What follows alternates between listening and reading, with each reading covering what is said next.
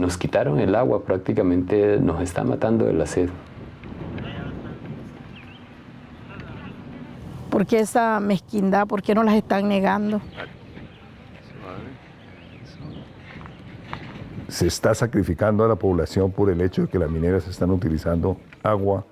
Una ausencia de Estado como tal, donde todos somos responsables. Si seguimos con la condición que estamos, la población indígena, la población guayú, con el paso de los años tiende a desaparecer. El río Ranchería se lo robaron hace unos 30 años, poco a poco, y se lo van a seguir robando.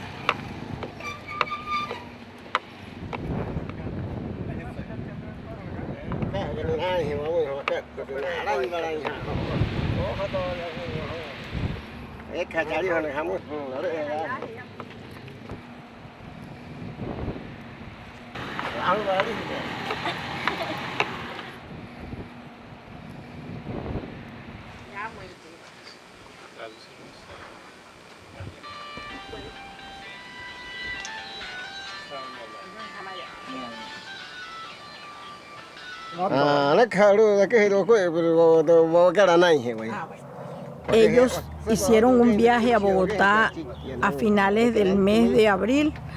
¿Por qué ellos se movieron hasta allá? Ellos se movieron por la necesidad que tienen, por el agua, la sequía, porque la necesidad del agua, que no haya llovido, a ellos les representa una gran pérdida, porque no hay cultivo, los animales se están muriendo. Una también de sus inquietudes es la alimentación, la falta de planificación del ICBF para llegar a cada una de las comunidades donde hay verdaderamente la necesidad, tanto en niños como en adultos.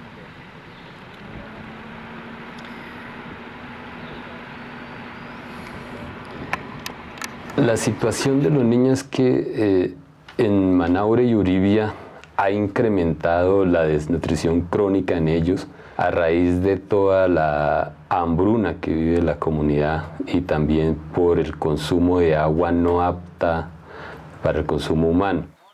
Nos encontramos en la comunidad de Dividivi, jurisdicción de Uribia, Guajira. Me encuentro con Rosario Urariyú y con su hijo David, de 3 años de edad, que sufre de desnutrición crónica. Desde el 2010 hasta el día de hoy, la asociación, por medio de las autoridades tradicionales y la comunidad, han reportado 6.000 integrantes fallecidos, de los cuales el 70% son niños, menores de 0 a 8 años. Las cifras oficiales dan más de 7.000 muertos. Las cifras oficiales nos hablan de 42.000 niños en estado de desnutrición. Las no oficiales es el doble. Es el doble, ¿por qué? Uribia es un municipio que tiene 5.800 kilómetros cuadrados, donde no hay un control de estado ni siquiera en el 10%. Manaure tiene 3.400 kilómetros cuadrados, donde la presencia del Estado no cubre el 30%. ¿Cuántos son los niños que mueren allí? O el caso de Maicao. Esas son cifras que no llegan a los hospitales, que no llegan a los centros de salud, que no llega al ICBF, que no llega a la Defensoría, a ningún lado. Hay diversos factores. Una es la falta de alimentación. Otra son las enfermedades hereditarias, tanto de la madre como del padre. En este caso particular del niño es que no sufre no tiene ninguna atención por parte de los entes de control, bien sea el ICBF, el hospital. Entonces no se le ha llevado un control estricto para poder superar el estado en que se encuentra. Los programas de prevención y promoción de salud están cada vez, digamos, más atrasados. Se ha abandonado esa penetración que había a la población indígena vulnerable. Entonces, las madres embarazadas gestantes son madres que vienen desnutridas y dan a luz niños prematuros en malas condiciones sociales que ingresan a unidades intensivas. El niño tiene 3 años de edad, pero así como lo vemos, él aparenta pues, como de meses, prácticamente 1 año por máximo. Todas las comunidades sufren de lo mismo, que no hay atención, no hay un programa riguroso de alimentación permanente, y si lo hay, llegan, nada más colocan la enramada que supuestamente es para llevar el control de los niños y repartirle la alimentación, pero no llega. Que son niños que recuperamos dentro de las unidades y los entregamos otra vez a esta madre indígena, se lo llevan a su lugar de vivienda, en rancherías alejadas, y son niños que regresan otra vez desnutridos porque esta madre sigue en la misma situación social. Como podrán ver, las condiciones en las que se encuentra la mamá del niño, Rosario, prácticamente unas condiciones similares al hijo, y está embarazada, en estado de embarazo en estos momentos, y es muda de nacimiento. Entonces, en estas condiciones también se encuentran los adultos mayores. No tienen esa calidad de vida que muchos dicen tener los guayú aquí en La Guajira. La desnutrición aguda como tal es una desnutrición que al momento que uno la diagnostica tiene buen pronóstico si uno la atiende a tiempo. La desnutrición aguda es aquella que todavía no ha alcanzado efectos en la talla del niño. Estos casos lo sabe el bienestar familiar. El bienestar está enterado de estos casos desde hace más de 1 año. ¿Y qué te ha dicho el bienestar familiar? ¿Kapan sih sendiri? Enero. Y ella va a cumplir 3 años de edad. Y ella tiene 16 meses la niña, la primera niña. Si esa desnutrición pasa a desnutrición crónica de algún grado, ya hay un potencial del individuo que se perdió.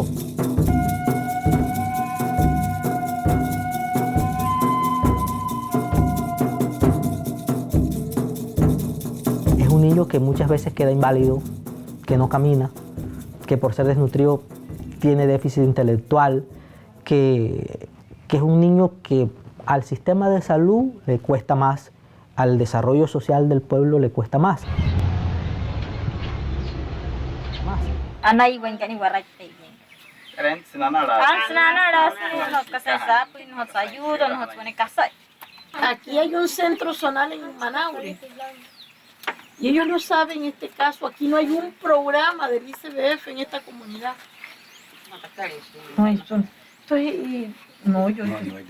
hay derecho. Esto es una cosa inaceptable. La falta de vitaminas, de vitamina A, de nutrientes, le alcanzan a perder la visión y son niños que pierden la visión por falta de vitamina. Mira, todos estos niños no están en ningún programa. 1, 2, 3, 4, 5. Por ese lado aquí tiene como 10 años que está casi abandonada la gente por aquí, por la comunidad, por la ranchería. Y llevarlo al hospital, preguntarle. Pero casi tan se repitaron unas achonietas con burribia. Su papá no trabaja, ella no trabaja. ¿Cómo lo sostiene ella? Ay, pero da co, bota. No casa sirni tamay. No. Ari ko no está ani gra. Chai has bueno no mai. Sao ne no wasirin na dai ruara si que era senai. No wasirin internet que ya nada no casa sirni tamay. Él ha acompañado a Bogotá muchas veces, ha ido más de 14 veces a Bogotá y ni siquiera, nomás lo hacen poner la huella y mire cómo vive, mire cómo está su territorio, mire cómo están sus nietos, entonces... Eso es cierto, nosotros hemos denunciado el problema con las EPS y las IPS es que en el tema indígena son de un afán para ir a inscribirlos a ellos en sus bases de datos, porque con esas listas es que el Estado colombiano les gira el dinero a ellos por cada uno de los indígenas registrados. Lamentablemente hay una proliferación de EPS que no hacen sino registrar, pero no adelantan ninguna campaña ni preventiva, ni jornadas médicas, ni absolutamente nada, porque tienen su población muy dispersa. Ella es mamá, tiene otros niños, pero nomás que para los de 5 para abajo. Y entonces los otros niños, ella ¿qué le dan? Y le dan así una pregunta que hacen allá en Bogotá, que llaman a la gente del Ministerio del Interior para que la hagan. Si ellos nunca han venido y han convivido con nosotros, no saben qué hay aquí para comer. ¿Qué comen ellos? Así ellos llegan a la bienestar de pasar de uno, que uno puede pisar por acá en la ranchería. En La Guajira hay desnutrición, en La Guajira las mujeres gestantes están muriendo, entre otras cosas por tuberculosis endémica. Muy pocos lugares del mundo presentan este tipo de problemáticas. En el programa de alimentación que fue creado en la administración de Kiko Gómez, que es el PAN, supuestamente debería ir a beneficiar las comunidades. Esos programas nunca llegaron. Si llegaron una sola vez a una ranchería, jamás la volvimos a ver. Y la alimentación quizás del gobierno se lo ha enviado para La Guajira, para suplir estas necesidades, pero no llegan. Se quedan ahí entre los entes de control y en realidad no sabemos qué pasa de ahí. Todos los subsidios que tiene el programa, que tiene la nación implementado para toda Colombia, que se desarrolla en La Guajira, todos están afectados por la corrupción. La única ayuda que llega a los menores de 0 a 5 o a las madres lactantes es una cajita de leche que vienen alrededor de unas 24 leches en esa caja y 24 avenas. Y 2 paquetes de galleta que son 24 galletas para que dure un mes. Galletas para la prosperidad, leches para la prosperidad. Es una leche que se debe mantener refrigerada. Las comunidades no tienen luz, no tienen nevera y por lo tanto esa leche no alcanza a durar una semana y las avenas también se dañan. Muchísimos de esos indígenas no tienen, y los que hemos visitado ese sector lo podemos corroborar, no tienen cómo trasladarse a un médico. Luego allí el Estado tiene que ir hasta donde están los enfermos y no esperar como en las grandes ciudades que pueden ir a una central de urgencias. Si uno va al campo y uno hace una evaluación, por cada 10 indígenas que uno ve, en términos generales uno encuentra 7, 8 desnutridos. Con algún grado, menor de 5 años. Este año se habla de 43 niños que oficialmente están registrados frente a 23 del año anterior. Sin embargo, visitando nosotros las comunidades, las diferentes rancherías, cómo los indígenas nos cuentan de cantidad de niños que han muerto, pero que nunca fueron registrados oficialmente al Estado, pero adicionalmente por haber muerto tan a temprana edad, tan de semanas, pues son enterrados en sus comunidades. Esa información nunca le ha llegado al Estado.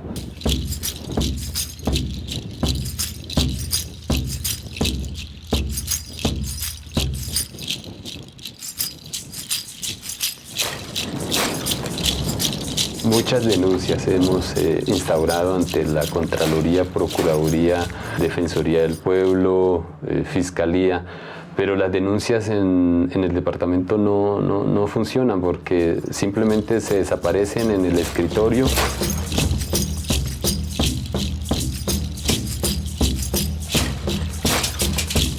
Ya no son las amenazas de las llamadas, cambiaron la forma porque ya eran muy obvios cuando nos llamaban, nos enviaban mensajes, nos enviaban ataúdes a la casa, ya esa forma no la están ejerciendo.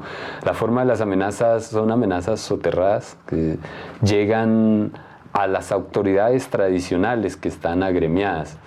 Le dicen, señora autoridad, si usted no quiere ver a su representante muerto o usted también sufrir las consecuencias de esto, dígale que deje de denunciar, dígale que deje de señalarnos.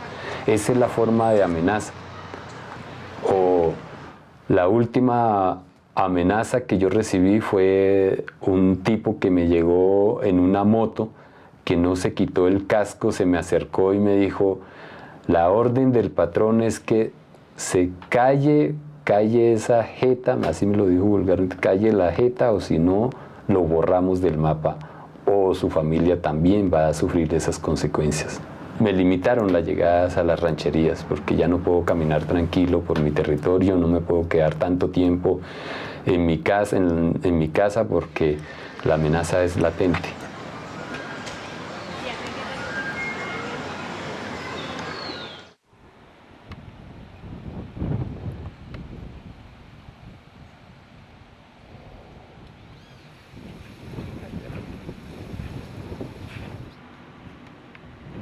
Me llamó la atención que una conferencia internacional organizada por el Distrito Capital aquí en Bogotá, una experta internacional dijo, es que Colombia ha sido un modelo en el tema de la gestión ambiental. Yo al final me le acerqué y le dije, mire, qué pena, pero fue un modelo.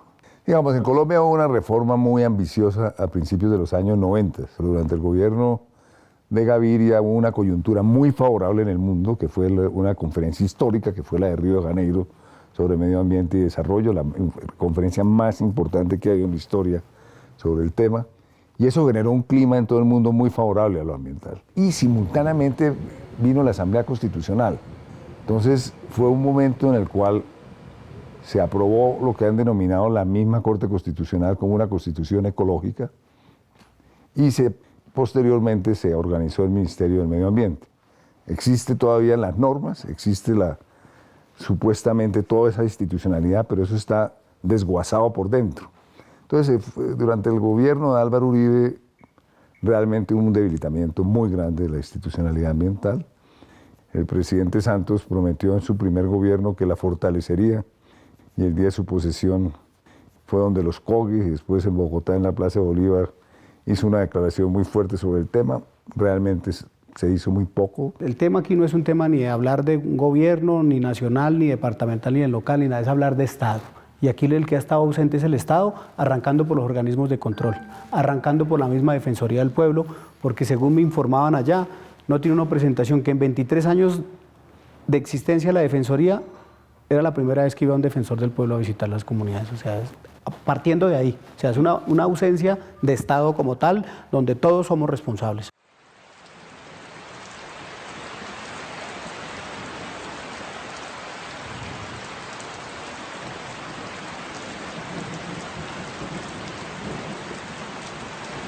Bueno, toda esta región tan verde, aquí hay el mismo verano que hay en el resto de La Guajira, pero el agua que le está haciendo falta ahora a los niños que se están muriendo de sed y de hambre porque el agua no permite que tengan alimento, esa agua está acá.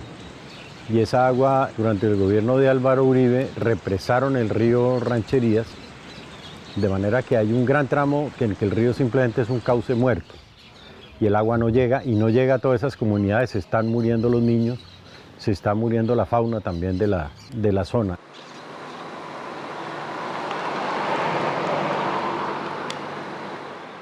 Desde hace 3 años no corre agua del Cerrejón hacia el mar, ahí no hay agua. O sea, hace 3 años eso está completamente seco.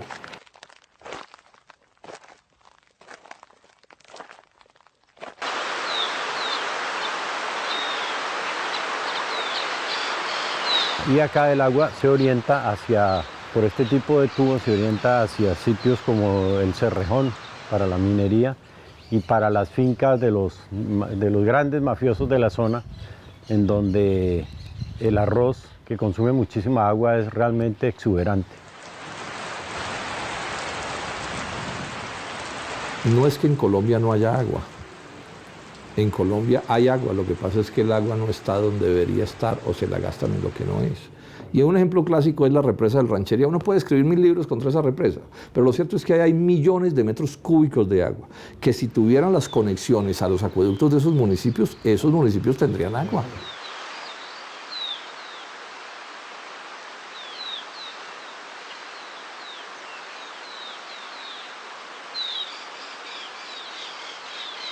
Pues yo esto no lo conocía.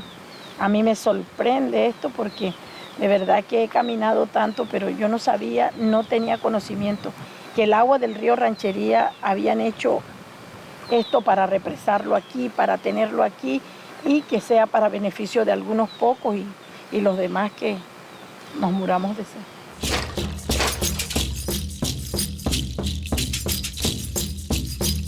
el agua que baja por la represa, por el cauce del río Ranchería, llega exactamente enfrente al Cerrejón y el complejo carbonífero chupa en su totalidad el agua, de manera que no queda nada para las comunidades y muchísimo menos para las comunidades indígenas. ¿Qué somos nosotros para nuestros gobernantes, nuestros diputados? ¿Qué tanta cantidad de agua? Me pregunto porque lo veo que es mucha agua. Veo que es mucha agua, que ahí habrán peces, tantas cosas que se pueden hacer ahí. Y siento, en lo más profundo de mi ser, siento que hay discriminación. Esa represa del río Ranchería, Gonzalo, yo creo que es como la prueba reina del desastre de esta cosa. O sea, la idea de construir un reservorio que almacene agua para que en el invierno se acumulen excedentes de agua para después irlas soltando en el verano, soltarlas para agricultura o soltarlas para consumo humano. Eso es una idea sensata, eso pues la humanidad, digamos, toda la vida lo ha tenido en la cabeza. Pero es que esa represa, repito, es la prueba exacta de la irresponsabilidad, de la negligencia, de la corrupción. Ahí está el agua. Y 2 kilómetros más abajo, o inclusive más cerca, las poblaciones se mueren de la sed. Porque no se ha construido, y no se ha construido porque al gobierno nacional no se le ha antojado construirlo, no se han construido unas líneas de unos tubos relativamente baratos, eso no vale tanta plata, para llevarle a 9 municipios y a las zonas rurales el agua para el consumo humano. Porque esto es de sentido, de pertenencia, esto es de amor al prójimo. Me siento confundida que por qué esta agua está aquí y nosotros allá muriéndonos de la sed, si se puede. Si yo decía, ¿por qué no se trae agua del río Limón, que lo tenemos cerca? Yo no sabía que aquí había esta cantidad de agua. En Colombia, infortunadamente, en los últimos años se le está dando prioridad a la minería y a la explotación de petróleos sobre cualquier otra actividad. Y es el caso de La Guajira. Entonces, en vez de que en Colombia la prioridad sea la protección del agua, lo que dice la ley minera y la ley de petróleos es que cuando se otorgan títulos mineros o cuando se otorgan títulos o concesiones para el petróleo, eso tiene el carácter de utilidad pública e interés social y por consiguiente es prioritario sobre cualquier otro interés.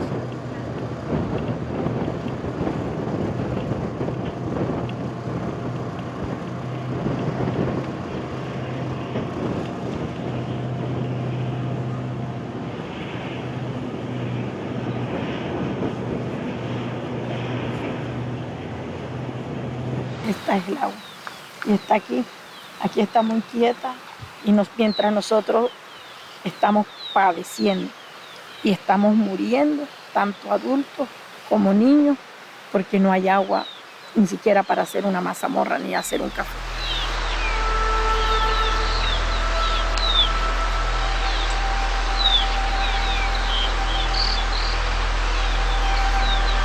Los empresarios, el gobierno, no tiene familia, Guayú. ¿Qué puede él dolerle que a nosotros se nos estén muriendo nuestros niños, nuestros adultos mayores, porque no tenemos agua, porque el agua está represada aquí? A ellos, nosotros, no le importamos. Yo sí siento una gran tristeza. Para mí fue una sorpresa, todavía me siento confundida. Es la desidia, el abandono, la corrupción, la irresponsabilidad. En este caso, de este gobierno del presidente Juan Manuel Santos. Esa represa está llena desde hace años.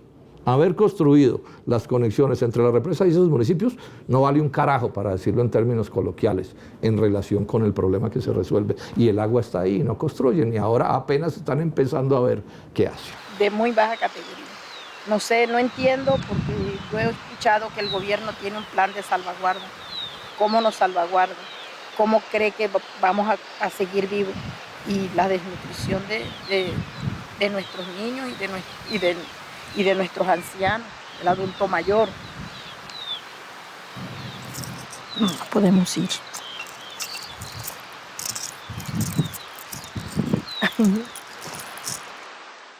El río Ranchería se lo robaron hace unos 30 años, poco a poco, y se lo van a seguir robando. porque el agua es usado para la minería del carbón. No hay más sitio de agua. Y se lo van a tener que seguir robando porque este es un estado que más saca carbón, más saca minerales y no le importa al ser humano.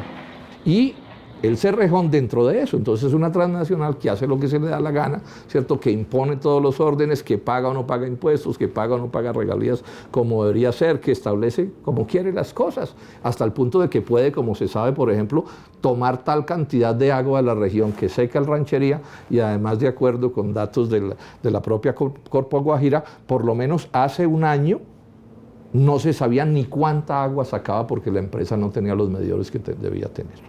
Nosotros tenemos, en primer lugar, desde el punto de vista del consumo, un alto consumo de agua. Es algo así como 28.000 metros cúbicos diarios, pero de esa agua el 10% es tomada del río y el 90% es tomada de otras fuentes de agua que tienen que ver con el agua escorrentía o agua de lluvia, o con el agua que se saca de los fondos de los pits para despresurizar los pits. Claro, una mina, el problema con una mina abierta es que es una mina, la minería a gran escala es muy invasiva, es decir, eso no hay nada que hacerle. Es decir, ya cuando se aprueba un proyecto de semejante magnitud, pues los efectos son muy grandes, eso es inevitable, ¿no? En lo social, en lo ambiental, etcétera, etcétera. Que esa es una minería de alto consumo de agua. Y en una zona, digamos, donde el agua no es abundante, existe, porque el Rancherío es un río importante, pues ese problema se hace más complicado. Y entonces aquí tenemos un pleito entre una carbonera, una transnacional que está tomando agua, y aquí hay que hacer un debate, un agua que debería ser la del consumo humano. Es muy grave lo que usted va y mira allá, y el Ranchería lleva agua hasta que llega al Cerrejón. Las acusaciones, ha habido acusaciones de que el río se ha secado por la influencia directa del uso del agua por parte de la mina. ¿Qué respuesta tendría a las personas que dicen eso? Pues hasta donde yo sé no es cierto. Yo entiendo que los ríos se secan, punto uno, por la deforestación. La ganadería deforesta por toda parte y no reforesta. Cerrejón ha reforestado. Creo que es una acusación gratuita que no tiene fundamento en ningún hecho. La situación de la calidad de agua del río y de mantenimiento de la cuenca es lamentable. En la parte baja del río, desafortunadamente, se han presentado sequías. Allí hay una práctica de extracción de carbón vegetal que, en nuestra opinión, es muy grave para el río. ¿Y desde el Cerrejón se considera que la mina le ha hecho algún tipo de daño o ha afectado de alguna manera negativa a las comunidades o al medio ambiente? Todas las actividades humanas tienen una afectación. Si usted cocina, tiene un impacto. Si usted va en su carro de su casa al trabajo, hay un impacto. O sea, todas las actividades humanas generan un impacto, y la minería es una de las actividades que tiene impacto, además, más grandes. Y lo que tenemos es una metodología para estudiar esos impactos, para hacer pública la información sobre esos impactos y las medidas. Y se puede hacer la medición de esos impactos. Porque el Cerrejón ni siquiera contabiliza cuánta agua toma. Entiendo yo, no solo del Ranchería, sino de los acuíferos, de los pozos profundos que está perforando. Y resulta que esos pozos profundos no se pueden maltratar, porque está demostrado que buena parte de las aguas que llevan los ríos no es agua que cae del cielo, sino que son aguas de recarga de los acuíferos. Y si los acuíferos se están destruyendo por la vía de la destrucción de la superficie, porque estas carboneras son, digamos, empresas de explotación a cielo abierto, pueden estar destruyendo todos los arroyos que a su vez cargan los ríos y que cargan los propios acuíferos. O sea, aquí estamos ante un problema que puede ser de proporciones inmensas. Minería responsable, hay quien lo definió muy bien. Se llamaba Robert Goodland, y durante 25 años él fue el gerente ambiental del Banco Mundial. Habló de algunos aspectos de minería responsable. Uno era la transparencia. Dos, era que debía contar con licencia social y que las decisiones de las comunidades eran decisiones vinculantes. 3, que esa minería no podía hacerse en cuencas estratégicas. 4, esa minería responsable tampoco se puede hacer en zonas que produzcan alimentos, y 5, la minería responsable no se puede hacer en zonas de conflicto ni en zonas ni en territorios étnicos. Entonces, cuando uno se pone a pensar, ¿qué dijo Robert Goodland? Pues resulta que allá en La Guajira no se podría hacer, una zona violenta. De hecho, Barrancas, Guajira, es entre los municipios de La Guajira el más violento. En los últimos 12 años, el estudio de Guillermo Rudas lo comprueba, el municipio más violento de todos fue justamente uno de la zona minera. Uno de los grandes mitos de la minería, y ha sucedido en el Cerrejón y en Drummond, y ha sucedido en Cerro Matoso y en todas partes, es que cuando empiezan a hablar de estos proyectos mineros, a la población le venden una frase que es como el ahora sí, por fin vamos a salir adelante, llegó el progreso, llegó la minería. Y las poblaciones, digamos, facilitan todas las cosas y se entregan a eso, ¿cierto? Y los políticos corruptos y los negligentes y todos los irresponsables y los agentes de esos inversionistas extranjeros hacen fiestas.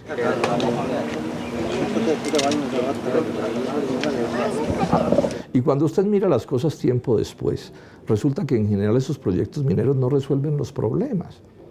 No lo resuelven primero porque las regalías que pagan son pocas y los impuestos que pagan son pocos. Ellos son maestros en ganar la indulgencia de los gobiernos nacionales, departamentales y municipales para no pagar lo que deberían pagar, para no pagar los impactos ambientales. O sea, cuando quede el roto en La Guajira, ¿quién nos va a responder por eso?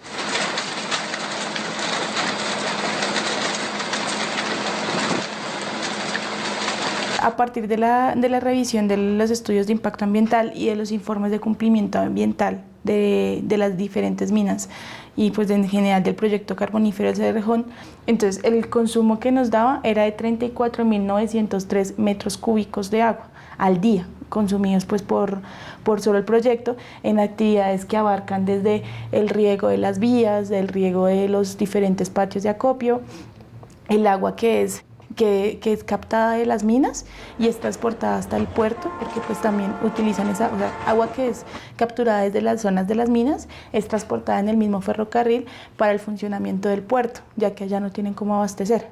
Y también pues incluyendo el consumo de agua en los campamentos y pues diversas actividades. Entonces el consumo mínimo es de por lo menos 34.903 metros cúbicos al día.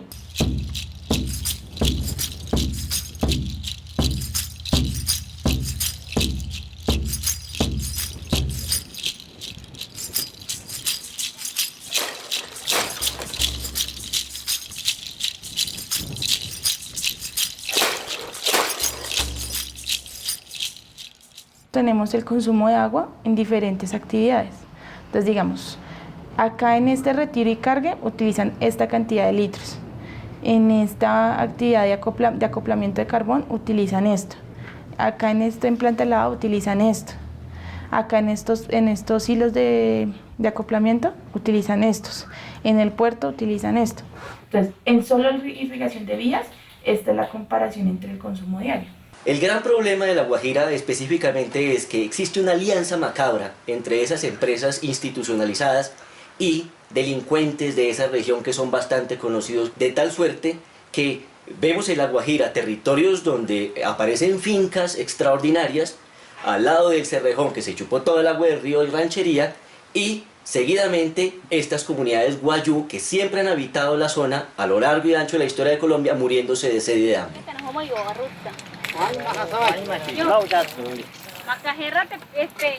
Ellos tienen 42 niños menores de 5 años porque nosotros se los dimos alfabetizados. Ellos son 55 familias. No solo es grave lo que está pasando, sino que afortunadamente la gente de La Guajira, con el respaldo de muchos colombianos, logramos derrotar una idea que tuvo el Cerrejón de desviar el Ranchería. Sí. Que eso ya era pues... si iban a coger, iban a mover como en casi 30 kilómetros el río de cauce. Eso es un absurdo total, que porque había más carbón debajo del río que al lado.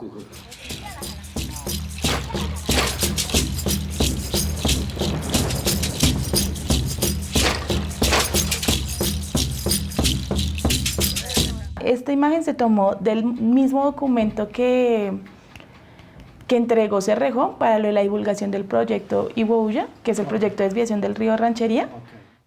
Como ambientalista, yo tengo que decir que hay tantas incertidumbres sobre ese proyecto que uno lo único que tiene que apoyar es utilizar en estos casos es el principio de precaución, que está en la Declaración de Río de Janeiro, que está en la Convención de Biodiversidad, en la Convención de Cambio Climático, pero además está en la ley colombiana del 99 del 93, que es básico como principio para la administración, para el tema ambiental. Que así no existe el 100% de certidumbre, pero si existen los indicios de daño grave, pues no debe hacerse el proyecto. Sin embargo, después cambiaron las circunstancias del mercado. Este es un proyecto muy costoso que nuestros accionistas han considerado que se debe congelar, y desde hace cerca de año y medio, 2 años, el proyecto está congelado, está retirado. En este momento no es viable el proyecto. Pero a nosotros nos parece que eso es bueno, que haya un debate sobre el tema. Y quisiéramos es que se tomen valoraciones sobre criterios objetivos.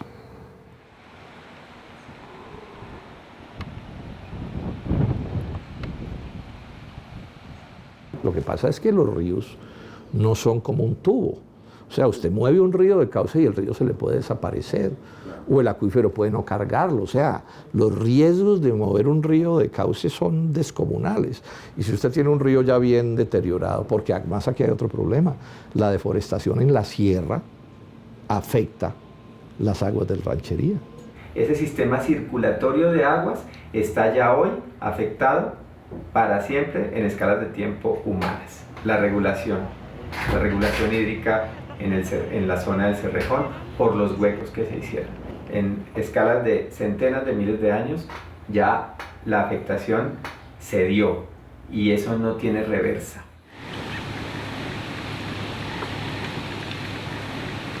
Al detenerse el curso del río, las aguas subterráneas que abastecen la parte norte de La Guajira cada día va bajando más. Hay sitios donde el agua antes la conseguíamos a 20 metros, hoy la conseguimos a 35 metros abajo. En la medida en que va aumentando la producción de carbón, se utiliza mayor cantidad de agua. Cuando se explotaban 10 millones de toneladas, aún se veía agua. Hoy se explotan más de 30 millones de toneladas anual, por lo tanto el consumo del agua del río Ranchería es mayor.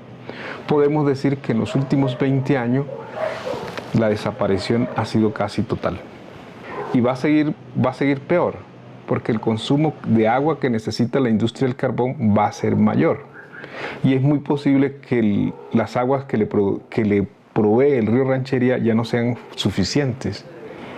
Por eso siempre están pidiendo más concesiones a la corporación departamental para más aguas. Por ejemplo, el año pasado estaban pidiendo la concesión del arroyo Bruno, que está todavía sin definición.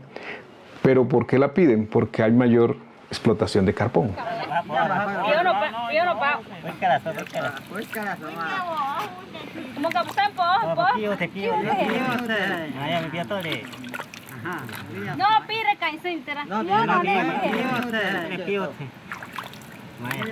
Si nosotros vamos al Ministerio de Ambiente, acuérdese que la ministra actual, Luz Helena, era funcionaria del Cerrejón, y nosotros hemos denunciado lo que pasa con Cerrejón, la contaminación que ha ocasionado el territorio, el habernos quitado el agua, primero intentando desviar el río Ranchería para explotar un carbón que se encuentra bajo el cauce del río.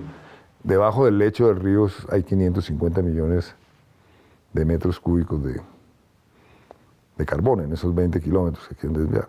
No solo plantean la desviación del río Ranchería, pues al ser el río principal pues del área fue lo que más sonó. Plantean la desviación del arroyo Bruno, que es un arroyo pues que desemboca en el río Ranchería, y también es para que el tajo más norte pueda ampliarse aún más. Entonces digamos, este es el actual arroyo Bruno, el azul, y lo quieren mandar pues hasta el tajo naranja para poder mandar el tajo hasta acá.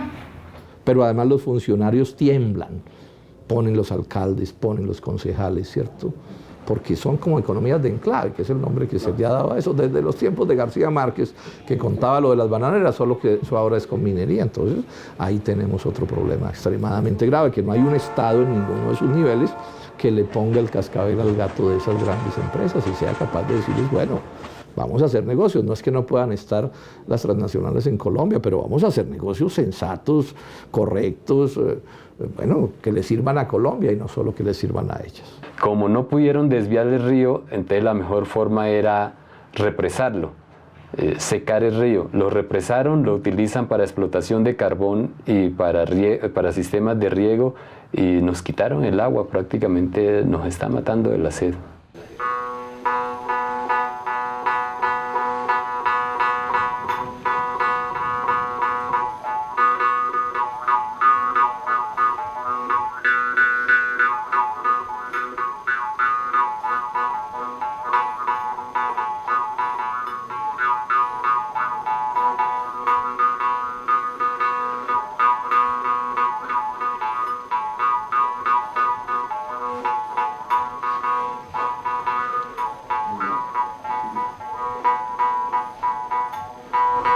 Como los representantes jefes mayores en sus comunidades.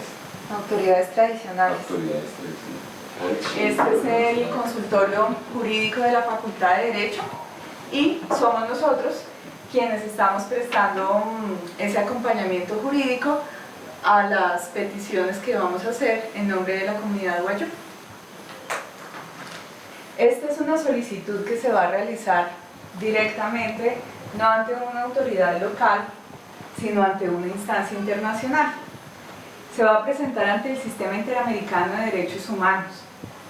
En el Sistema Interamericano de Derechos Humanos hay un órgano que se llama comisión. En la comisión es donde vamos a presentar esas medidas cautelares, esa solicitud de medidas cautelares. Lo que se pretende con estas medidas es que la comunidad internacional conozca la situación por la que ustedes están atravesando.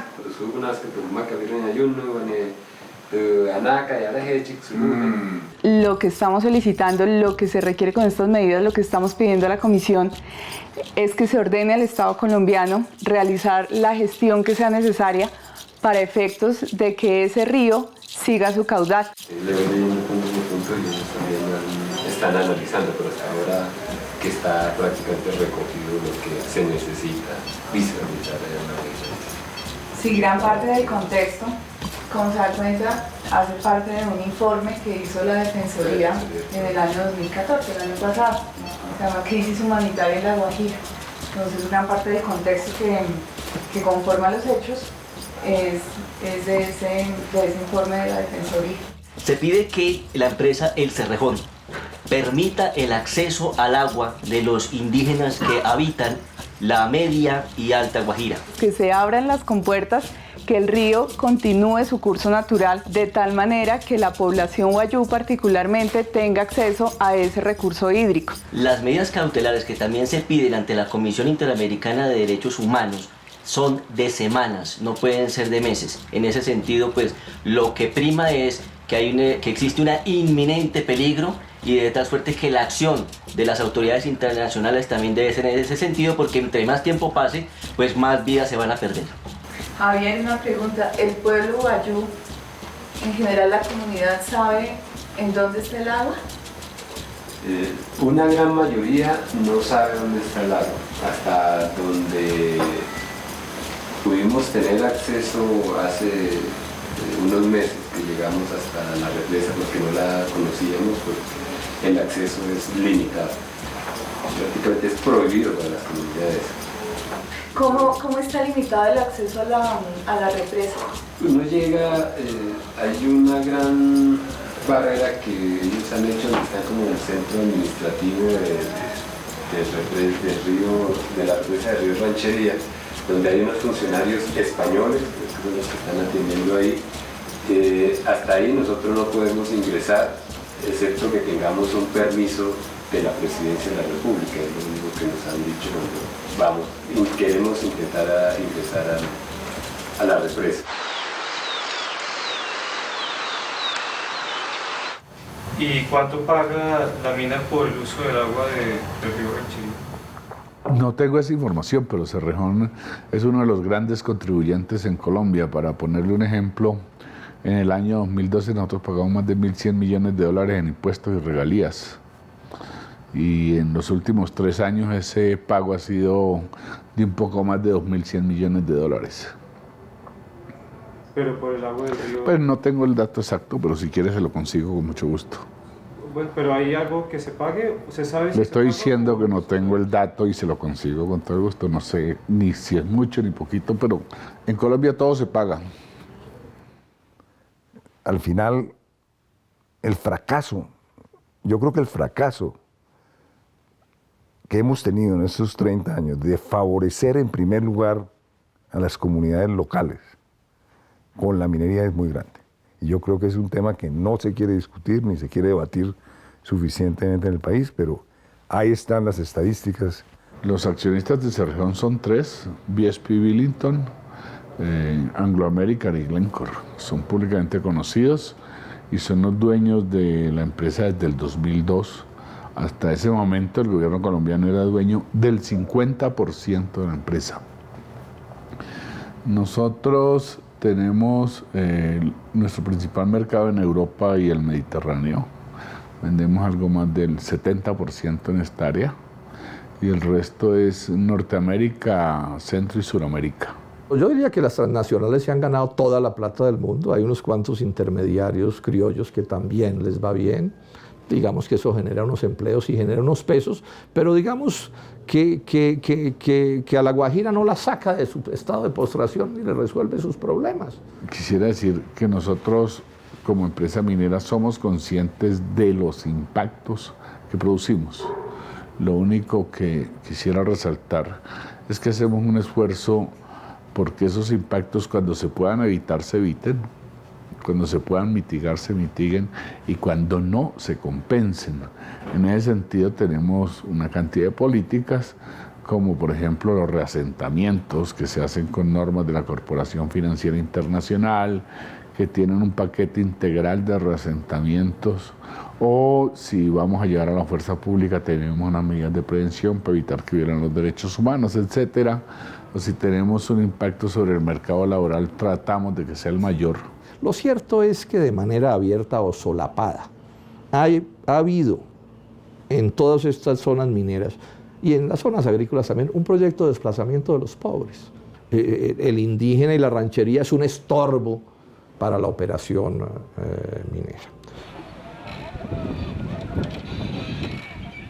La corrupción estatal, el narcotráfico, la depredación del ambiente y el desprecio por la vida son los primeros mandamientos de La Guajira, una región del país que es arquetipo de Colombia. Lo cierto es que el Cerrejón es como una especie de isla de una cierta modernidad al lado de un océano de pobreza y de tragedias, ¿no? Y uno pensaría que el Cerrejón, al primero que tendría que servirle es a los de La Guajira. Con los aproximadamente 1.000 millones de dólares que La Guajira ha recibido de regalías durante los últimos 20 años en esta región del país, el nivel de vida debería ser igual al de los mejores de Europa y no como ocurre hoy, que está igual a los peores de África.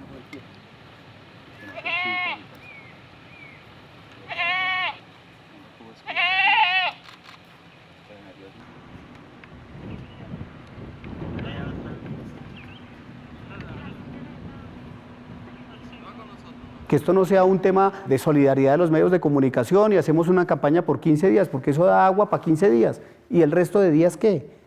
El ciudadano tiene que sobrevivir porque es con el agua con la que come, es que ni siquiera es para bañarse, es para comer y alimentarse.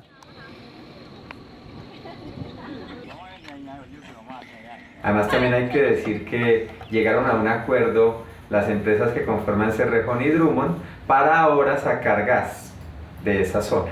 Entonces, cuando terminen de sacar carbón, ahora ellos van a seguir regalándonos su generosidad y ahora van a sacar gas que está asociado al carbón, metano asociado a carbón. Así que muchos guayús ya han identificado que en ese territorio, con una actividad tan fuertemente deteriorante, no cabe la minería y la cultura guayú. Entonces tienen que tomar una decisión.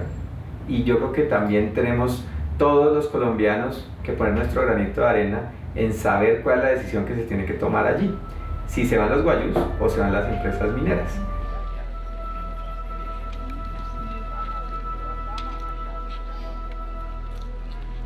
Con el tema del cambio climático y con el tema del niño y la niña, cada vez se van a hacer las sequías de La Guajira más rigurosas, más largas. Y si seguimos con la condición que estamos, la población indígena, la población guayú, con el paso de los años tiende a desaparecer. Este es un pueblo que en 30 años puede desaparecer fácilmente, porque se mueren esos los niños. Porque esas niñas ¿qué les dan a ellos? O sea, ¿el Estado o el gobierno? No, el Estado no le está dando nada. Todavía nada. La minería que ha dejado violencia, pobreza, contaminación ambiental. El aspecto principal, a mi juicio, de ese drama de La Guajira, de desempleo, de pobreza, de quiebra del poco sector agropecuario que tiene, de falta de acueductos, etcétera, es un problema de las decisiones de los seres humanos, de los gobiernos todos, yo diría, de los gobiernos nacionales, de los departamentales y de los municipales, o sea que al final de los partidos políticos que han puesto a los presidentes, a los gobernadores y a los alcaldes, sí que son los que han malgobernado esa región del país.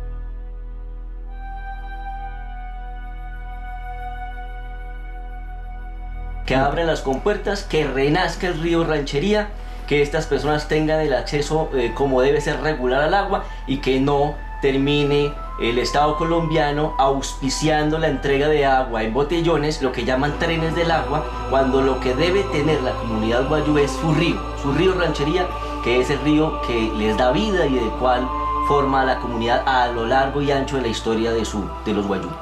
De acuerdo al Código de Recursos Naturales, en una sequía de estos, si se necesita agua para las comunidades y la única agua que hay es la que están utilizando las mineras, esa agua, las mineras tendrían que dejar de utilizar esa agua. Punto.